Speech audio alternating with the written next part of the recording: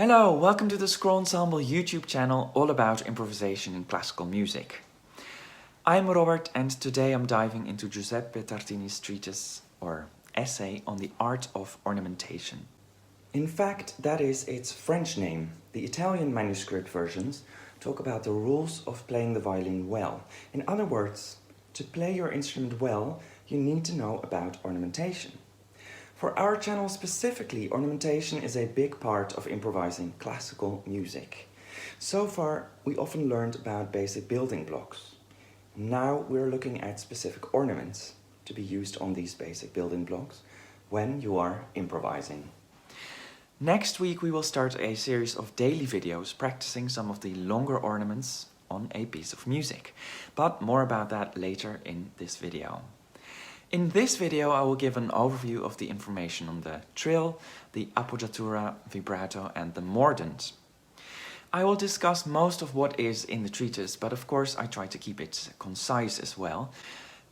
What I left out especially is when Tartini talks about which kind of mixture of rhythmical values ornaments can be used on. This seemed a bit superfluous with the other things he says, but you might want to check the treatise out yourself as well, in any case. And for this there are links in the description. There are versions online freely available in Italian, French, English and German. And of course, as any human, I may have made mistakes. Please let me know if you're aware of any and I'll keep a log in the description. Although Tartini was a violinist himself, the preface to his ornamentation treatise advertises it will be useful for all types of musicians. I think, although clearly thought from the violinist's perspective, these ornaments and ideas can indeed be of use to any musician. First, I will shortly introduce Tartini and why we will look at this treatise. Tartini was a widely recognized violinist and teacher who mostly lived in Italy between 1692 and 1770. His violin school was famous and was called the European School because people from everywhere came to study with him. Apparently, it was the first instrumental school of such fame, and as our channel is about the creating classical musician, it is maybe also interesting to note that Tartini taught both violin and composition. In its time, it was very popular. We still have 4 manuscript copies in Italian. It was translated in 1770 into French by Denis, and Leopold Mozart, the dad, translated it into German and used it in his widely spread violin school word for word. So it's a great source for us to learn about ornamenting music with an emphasis on Baroque music in the Italian style. Tartini thinks ornaments should be used to express the basic effect of the music even more than what's already written. Singers were the benchmark musicians of the time, and they could use their words to invoke specific emotions in the listener. For the instrumentalists, the ornaments could function in a similar way to these words to clarify the effect. An appoggiatura is played attached to its main note. There are 2 kinds, when they're going up and the ones going down. The downward appoggiatura is most natural and nicest according to Tartini, and is also divided in 2 categories, long and short. The long appoggiatura is used primarily in slow movements, expressing cantabile, melancholy, nobility, etc. And it takes half the time of the main note, or 2/3 in case of a dotted note. Often people say, then why not just write it out normally? But Tartini answers, if it were written out as a normal note, it should get more stress. And also a trill, surprisingly. As an appoggiatura, it actually starts softly, then it gets a little crescendo decrescendo, or mezza di voce. And then the main note thereafter should get the trill and emphasis. It's best for these appoggiaturas to be tied to the important beats of the bar.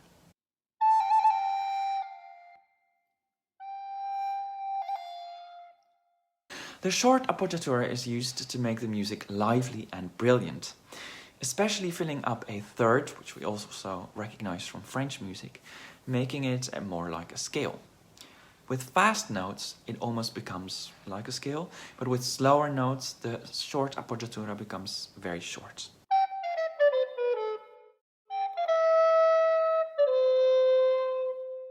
But one can also use it in other places, even on every note of a descending scale.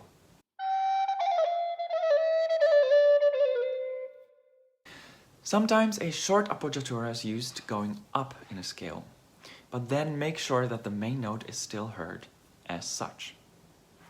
Generally, Tartini does not like ascending appoggiaturas, because appoggiaturas are often dissonant, and at the time the rule was that generally, after a dissonance, the next note should go downwards. He therefore suggests two workarounds.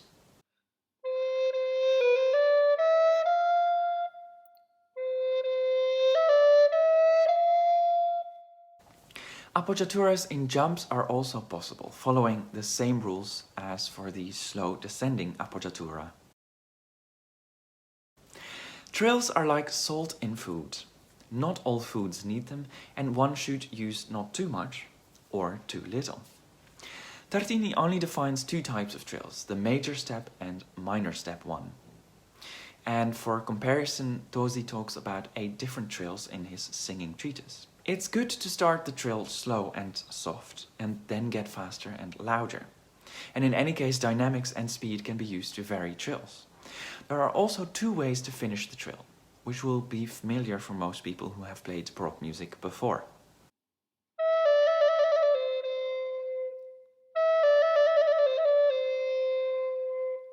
After this, we see some interesting options to salt up our trills. What do you think about this augmented second trill, which you can only use with this particular harmony?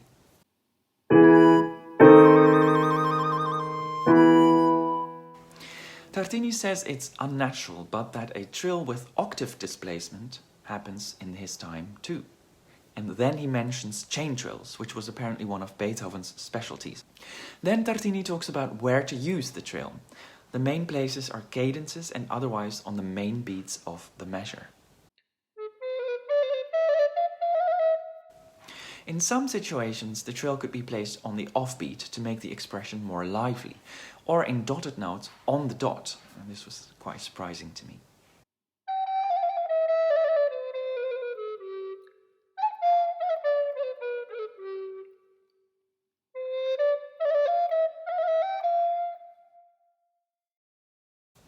Tartini talks about vibrato as one of the ornaments. Interestingly, he says it's better suited to instruments than to the voice. His example of this undulation of sound is when you have pressed the keys on a harpsichord or stricken a bell, and then when the sound dies out, at the end it has some kind of wavering movement in it.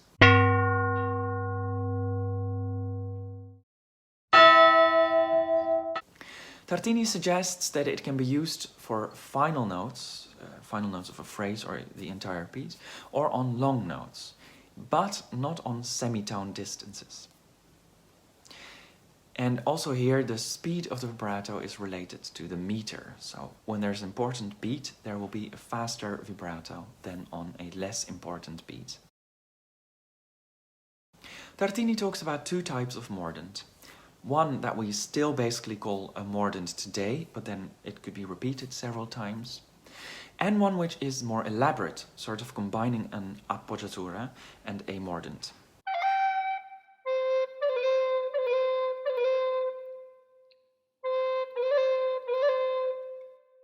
It is a very fast ornament to make the music more fiery and lively, accenting a main note, especially in andantes and allegros.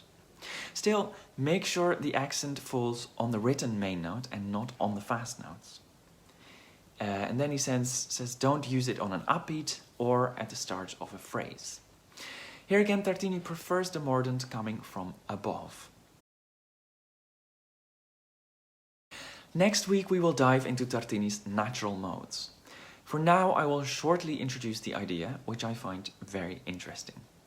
A mode is a way to ornament a specific archetype of music, or a basic building block. And then he gives several options. Tartini divides these modes, these ornaments, into two categories, natural and artificial.